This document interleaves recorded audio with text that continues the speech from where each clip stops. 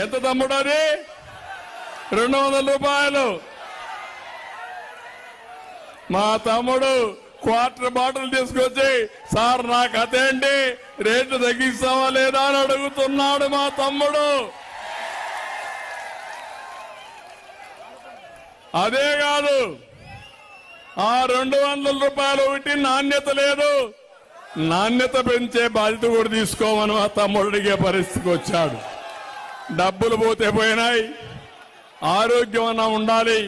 నాకేదో అలవాటు అయిపోయింది, నా అలవాటుని వీళ్ళు అవకాశంగా తీసుకుని నన్ను దోపిడీ చేసేస్తున్నారు, అరికట్టు చంద్రన్న అని అడుక్కుంటున్నాడు మా తమ్ముడు. 60 రూపాయల మద్యాన్ని 160 రూపాయలుగా పెంచి మద్యపాన ప్రియుల కడుపు కొట్టావు జగన్, కొట్టావు.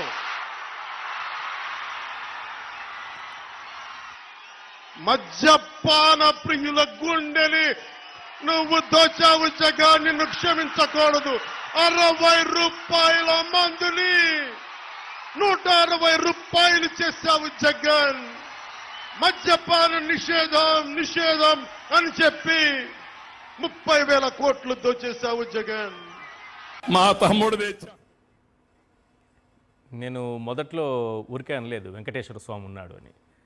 ఆయనే కానీ ఈ డంపు ఈ ప్లాంట్ని బయట పెట్టకపోయి ఉంటే వీళ్ళు ఈ మాటలతోనే ఇంకో 4 ఏళ్ళు కూడా గడిపేసేవాళ్ళు. కానీ భగవంతుడు ఉన్నాడు కాబట్టే, ఆయన లడ్డూలకు జంతువుల కొవ్వు పూసేటటువంటి ఆరోపణలు చేశారు కాబట్టే, వేషాలు వేసుకొని దేవుణ్ణి వాడుకున్నారు కాబట్టే వీళ్ళ భాగవతం మొత్తం కూడా ఆయన బయట పెట్టించాడు. పైగా మీ ఆరోగ్యాన్ని మీ చేతిలోనే ఇప్పుడు భగవంతుడు పెట్టాడు. జాగ్రత్తగా ఉండండి. ఎన్ బ్రాండ్స్ విషయంలో జాగ్రత్తగా ఉండండి. అర్జెంటుగా మీరందరూ వెళ్ళి టెస్టులు చేయించుకోండి. మీ లివర్ సంగతి ఏంటి, మీ కిడ్నీ సంగతి ఏంటి, మీ నరాల వీక్నెస్ ఏంటి, మీ గుండె పరిస్థితి ఏంటి అనేది వెంటనే టెస్టులు చేయించుకోండి. సార్ ఏంటి సార్, అసలు ఈ పెద్ద తలకాయలు బయటకు వస్తాయా లేకపోతే చిన్న తలకాయల దగ్గరే ఆగిపోతుంది మొత్తం కథంతా కూడా? ఏమనుకుంటున్నారు ఈ కేసులో? అందరికీ నమస్కారం అండి. సార్, ఈ కేసు ఆల్రెడీ కాంప్రమైజ్ అయిపోయిందండి. ఇందాక మీరు కూడా చెప్పారు స్టార్టింగ్లో, పెద్ద తలకాయలు కాంప్రమైజ్కి దిగినట్టుగా కనిపిస్తుంది. అందుకే ఎవరి మీదైతే ఆరోపణలు చేశారో వాళ్ళతో చర్చలు జరిగినట్టు తెలుస్తుంది. ఆ వ్యక్తులు బయటకు వచ్చి వీడియోలు చేసి మరి ఆ వీడియోలని షేర్ చేస్తున్న పరిస్థితులు ఈరోజు కనిపిస్తుంది. అంటే పెద్ద తలకాయలని కాపాడడానికి మళ్ళీ చిన్న తలకాయలు కొంతమంది రంగంలోకి దిగారు. ఇది ఒక పాయింట్. రెండవది, ఇందాక మీరు చూపించిన 2 వీడియోలు చాలా బాగా నచ్చినాయి సార్. అంటే నేను 2 రోజుల నుంచి అదే చూస్తున్నా. ఇంతకుముందు చూసా 2 రోజుల నుంచి. ఎందుకంటే పవన్ కళ్యాణ్ గారి యాక్టింగ్ నెక్స్ట్ లెవెల్లో ఉంది. ఏంటి ఏమంటాడు, కడుపు కొట్టావు, మద్యపాన ప్రియుల కడుపు కొట్టావు జగన్. ఈ రోజు అదే కడుపులో పేగులు డైలాగ్ చెప్తున్నారు, వణుకుతూ చెప్పట్లేదు, మోడ్యులేషన్ కావాలి నాకు. వణకాలనా? నేను యాక్టింగ్ కాదు కదా, వణుకుతూ చెప్పారు కదా ఆయన, మద్యపాన ప్రియ అట్లా చెప్పాలి మీరు. నాకు ఆ యాక్టింగ్ స్కిల్స్ లేవు సార్, మీకు దండం పెడుతున్నా. నేను ఆ డైలాగ్ చెప్పగలను కానీ ఆ స్కిల్స్ నాకు లేవు. కాకపోతే కడుపు కొడుతున్నావు జగన్ అని చెప్పి పెడుతున్నారంట సార్. పవన్ కళ్యాణ్ చెప్పారు కదా మొన్న, నేను వెళ్తా స్కూల్కి. సరే, ఆయన చెప్పారు కడుపు కొడుతున్నామని. నా పాయింట్ ఏంటంటే, ఈ రోజు ఆ స్పిరిట్ తాగి, మద్యం కాదు, ఆ స్పిరిట్ తాగి అదే కడుపులో పేగులు తెగిపోతున్నాయి. రాష్ట్రంలో పరిస్థితులు అవి. చనిపోతున్నారు ప్రజలు. ఎక్కడ చనిపోతున్నారు? అదే వైన్ షాపుల ముందల పడుకొని లేవకుండా ఎప్పుడో నిద్రలోనే చనిపోయారు. ఆ పరిస్థితులు దుస్థితులు మనం చూస్తున్నాం. ఏమంటాడు, గుండె దోచేస్తున్నావు జగన్. ఏం దోచడం? గుండెలు ఆగిపోయి చచ్చిపోతున్నారు ప్రజలు. మీ ఎలక్షన్ గొడవల్లో మీరు చెప్పే అబద్ధాలలో ఈరోజు ప్రజల్ని బలిపశువులు చేసినటువంటి పరిస్థితులు క్లియర్గా మాకు కనిపిస్తుంది. అబద్ధాలు చెప్పి ఓట్లు వేసుకున్నారు సార్, అది పోతే పోయింది. కానీ ప్రాణాలు తీసేలా స్పిరిట్ వ్యాపారం చేస్తున్నారే. అదే సరే, మీరు చెప్తే, మీరెవరు? సాక్షి టీవీలో యాంకర్. మీరు చెప్తే ఒప్పుకోరు, నేను చెప్పినా ఒప్పుకోరు.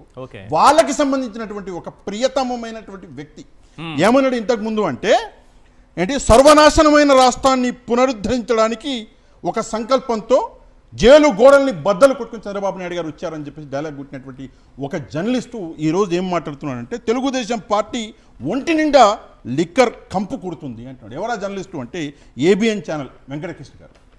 ఏమంటున్నాడు మళ్ళీ చెప్తా, తెలుగుదేశం పార్టీ ఒంటి నిండా లిక్కర్ కంపు కుడుతుంది అని అదే జర్నలిస్టు అదే ఏబిఎన్ ఛానల్లో కూర్చొని ఈరోజు తెలుగుదేశం పార్టీ మీద ఉమ్మేస్తున్నాడు. మేము ఉమ్మేస్తే మీరు తుడుచుకొని వెళ్ళిపోతారు. ఉమ్మేస్తున్నాడు మీ జర్నలిస్టే. ఏం సమాధానం చెప్తారు?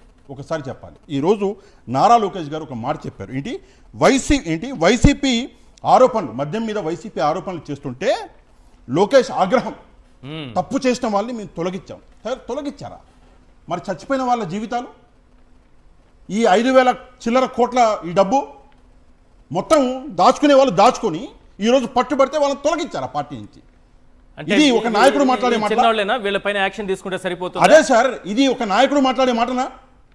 అసలు తప్పు చేసింది ఎవడు, వాడు ఎంత సంపాదించాడు, ఆ మనీ, ఆ డబ్బు ఎక్కడి నుంచి ఎక్కడికి చేరింది, ఎంతవరకు చేరింది, మరి వైసీపీ ఆరోపిస్తున్నట్టు చంద్రబాబు నాయుడు గారి దాకా లోకేష్ గారి దాకా చేరిందా లేదా అన్న ఈ విషయాలన్నీ బయటపడాలి కదా. బయటపడాలంటే సిబిఐ ఈడీ దిగాలి కదా. ఎవరి మీద దిగుతున్నాయి సిబిఐ ఈడీ? ప్రతిపక్షాల మీదనా? పోలీసులు ఎవరి మీద దిగుతున్నారు? ప్రతిపక్షాల మీదనా? ఒక సోషల్ మీడియా కార్యకర్త తప్పుగా అరెస్ట్ చేశారు, మీరు సిబిఐ విచారణ జరిపించండి అని చెప్పేసి హైకోర్టు చెప్తే లేదు సిబిఐ విచారణ వద్దని చెప్పేసి మీరు సుప్రీంకోర్టుకు వెళ్తారు. అంత సొమ్ము, అంత డబ్బు మీ దగ్గర ఉంది, అంత సమయం మీ దగ్గర ఉంది. కానీ ఇంత పెద్ద సంఘటన సార్, సోషల్ మీడియా కార్యకర్త కోసం సుప్రీంకోర్టుకు వెళ్ళేటువంటి వ్యక్తులు 5,200 చిల్లర కోట్ల రూపాయల ఈ దందా జరిగితే మాత్రం పోలీసులు దిగరు, ఈడీ దిగదు, సిబిఐ దిగదు, ఎవరు దిగరు. వీళ్ళు జయచంద్రారెడ్డి, జనార్దన్ రావు వీళ్ళు వచ్చి అసలు విషయం చెప్తే పెద్ద పెద్ద తలకాయలు కరకట్ట బంగ్లాలో ఉండే మనుషులందరికీ చుట్టుకుంటుంది. ఇది మీరు ఇక్కడే ఉంటారు, నేను కూడా ఉండొచ్చు, ఉంటానేమో, చూద్దాం. అది కూడా ఆ సోద్యం కూడా చూద్దాం సార్, ఏమవుతుంది అన్నది చిన్న పిల్లాడు కూడా తెలుసు సార్. వాళ్ళు వచ్చేది లేదు, వాళ్ళు వచ్చేది ఉంది, వచ్చినాక చెప్పేది ఏముంటుందో అందరికి తెలుసు.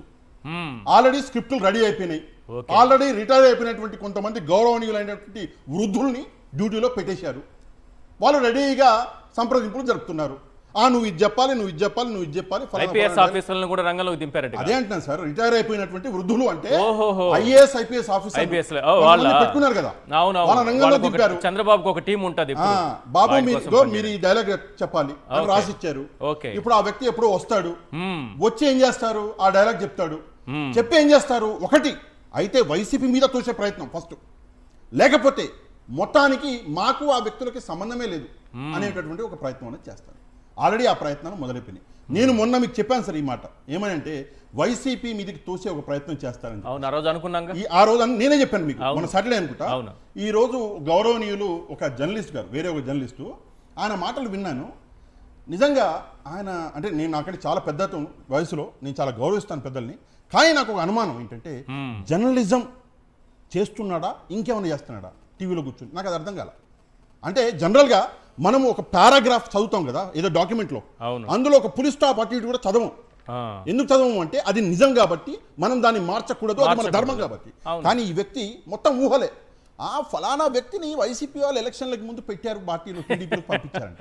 ఏడా నీకు నిధులలో చెప్పిండా? చంద్రబాబు నాయుడు గారు చెప్పారా నిధులలో వచ్చి? ఎందుకు పేర్లు వాళ్ళ పేర్లు? లేదంటే జగన్మోహన్ రెడ్డి గారు చెప్పారా నిధులలో వచ్చి? నిధులలో వచ్చి జగన్మోహన్ రెడ్డి గారు చెప్పారా?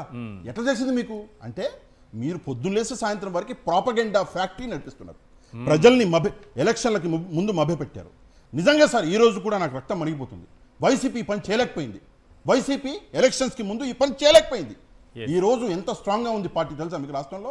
నేను గ్రౌండ్ రిపోర్ట్స్, నాకు ప్రజలు ఫోన్ చేస్తారు, ఇంత స్ట్రాంగ్గా వైసీపీ ఏనాడు లేదు, ఈ రోజు అంత స్ట్రాంగ్గా ఉంది. అవునా? ఈ రోజు ప్రజలు పడిపోయింది, అదే చెప్తున్నాను సార్. ఈ రోజు ప్రజలు ఫోన్ చేసి మరి సార్ తప్పు చేశాము, మభ్యపెట్టారు, మభ్యపోయాము, ఈ రోజు పరిస్థితులు మాకు తెలుస్తున్నాయి.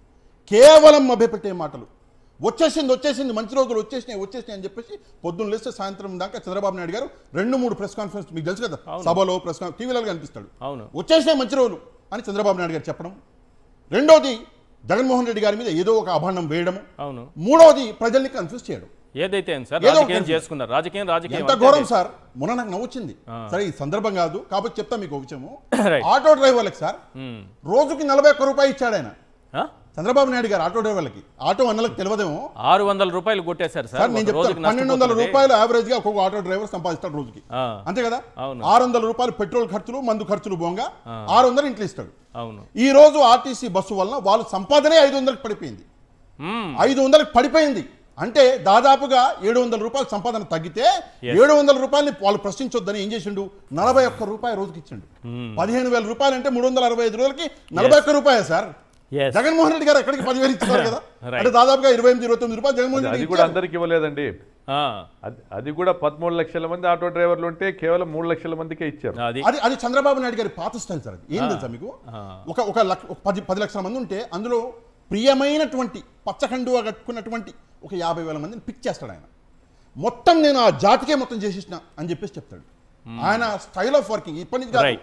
47 సంవత్సరాల నుంచి ఆయన స్టైల్ ఆఫ్ వర్కింగ్ సార్ అది. Right. ఇంకో చిన్న విషయం సార్, నారా లోకేష్ Yes, గారి please. గురించి చెప్పకపోతే బాగుండదు, ఆయన కూడా ఫీల్ అవుతాడు. చెప్పండి. ఆయన ఈరోజు మేము శిక్షించేసినాం, మా నాయకుడు వాళ్ళని పార్టీలోంచి తొలగించేసి అని చెప్పేసి శభాష్, మాట్లాడుతున్నారు కదా. అందరూ ఇంకా ఆ. క్లాప్స్ కొట్టాలా ఇప్పుడు ఎవరెవరిని లోకేష్ గారికి? తొలగించాలి అంటే చంద్రబాబు నాయుడు గారు నారా లోకేష్ గారిని పార్టీలో నుంచి తొలగించాలి. అవును. ఎన్టీ రామారావు గారు బతుకొచ్చి చంద్రబాబు నాయుడు గారిని పార్టీలోకి తొలగించాలి.